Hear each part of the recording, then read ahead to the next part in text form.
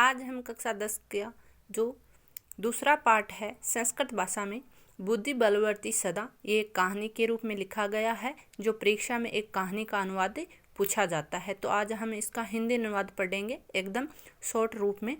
तो देखो, अस्ति देवलख्यो ग्रामे तत्र राजस्य नाम राजपुत्र वस्ति सम एकदा केनापि आवश्यकानि तस्य भार्या बुद्धिमती पुत्रदयो पितृगुरु प्रतिचलिता मार्गे गहन कानने सा व्याघ्र दर्शय सा व्याघ्रम गच्छन्ता दृष्ट्वा दृष्टात् पुत्रो चपेटया प्रहत जगाद कथमे केशो व्याघ्र भक्षणाय कलह कुरुतः अयमेकस्तां दिव्यभैज्यं भुजेतां पश्चात् अन्य द्वितीयो कचित् लक्षण इति श्रुत्वा व्याघ्रमारी किचित् मत्वा व्याघ्रो भय कुलचलितो नष्टो।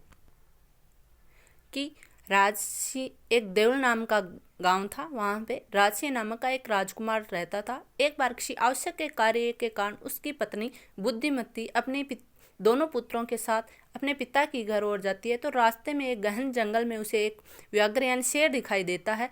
वह उस व्याघ्र को आता देखकर दृष्टा से अपने दोनों पुत्रों को थप्पड़ मारती है और बोलती है, क्यों एक शेर के लिए खाने के लिए झगड़ा कर रहे हो? ये तो एक ही है, इसे बांट कर खा लेना, बाद में कोई अन्य हमें देख लेंगे। इतना सुनकर जो बाघ होता है वो भय से व्याकुल होता है और वहाँ से क्या कर जाता है, भाग जाता है। निज बुद्ध्या विमुक्ता स भयात् व्याघ्र भामिनी अन्योपि बुद्धिम लोके मुच्यते महत्व भयात्।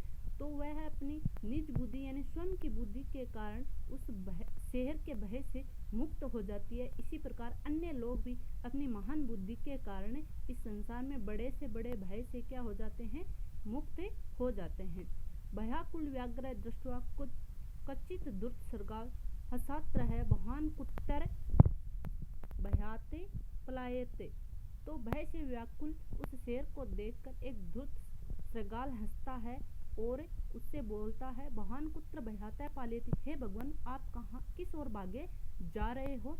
तो व्याघ्र यानी शेर बोलता है, गच गच जुम्बुक, जाओ जाओ जम्बुक यानी श्रृगाल तुम भी जाओ, तुम किंचित गूढ़म प्रदेश या तो व्याघ्र मारित या शास्त्रे श्रूयते तया हंतु मारबदय पर ग्रहित कर जीवतो नष्ट शीघ्र तवग्राध।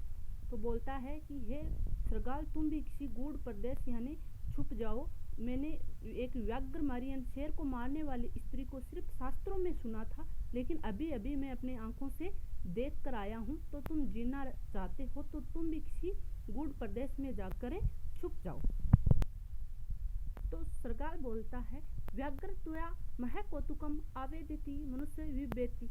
हे व्याघ्र, हे शेर, तुमने तो बड़ी कौतूहल की यानी आश्चर्य की बात बताई है। आवेदिति मनुष्यति विवेति, तुम भी मनुष्य से डरते हो। तो शेर बोलता है कि प्रत्यक्ष में मया सामपुत्र केशो महतु क्लैमानो चपेटा प्रहंती दृष्टा। कि मैंने प्रत्यक्ष यानी अपने आंखों से देखा है अपने दोनों पुत्रों को थप्पड़ मारते हुए मेरे लिए खाने की बातें कर रही थी कि इसको खाने को क्यों झगड़ रहे हो, ऐसा मैंने अपनी आंखों से सुना। तो फिर वो जम्बुक यानी श्रृगाल बोलता है, स्वामिन यत्रास्ते सा द्रुता तत्र गमयते व्याघ्र तव पुनः तत्र गतसे सा संपुक्षते यदि तहि त्वा अहम हंत्वा इति। कि हे स्वामी, जहाँ वो जो धूर्त स्त्री थी वहाँ तुम वापिस जाओ, अगर वो वापिस तुम्हारे सामने आ भी जावे तो तुम्हें देख लेना, मुझे मार दे, अहम अंतवा यानी मुझे मार लेना। इतना कहता तो व्याघ्र यानी शेर बोलता है, श्रृगाल यदि त्वा मां मुक्त्वा यासी तदा वाल्पेते वेलासयाद। कि हे श्रृगाल, अगर मैं वहाँ पे गया तो उसने तुम भी मुझे मुक्त्वा यानी छोड़कर चले जाओगे तो ये शर्त भी हमारी क्या हो जाएगी, व्यर्थ हो जाएगी।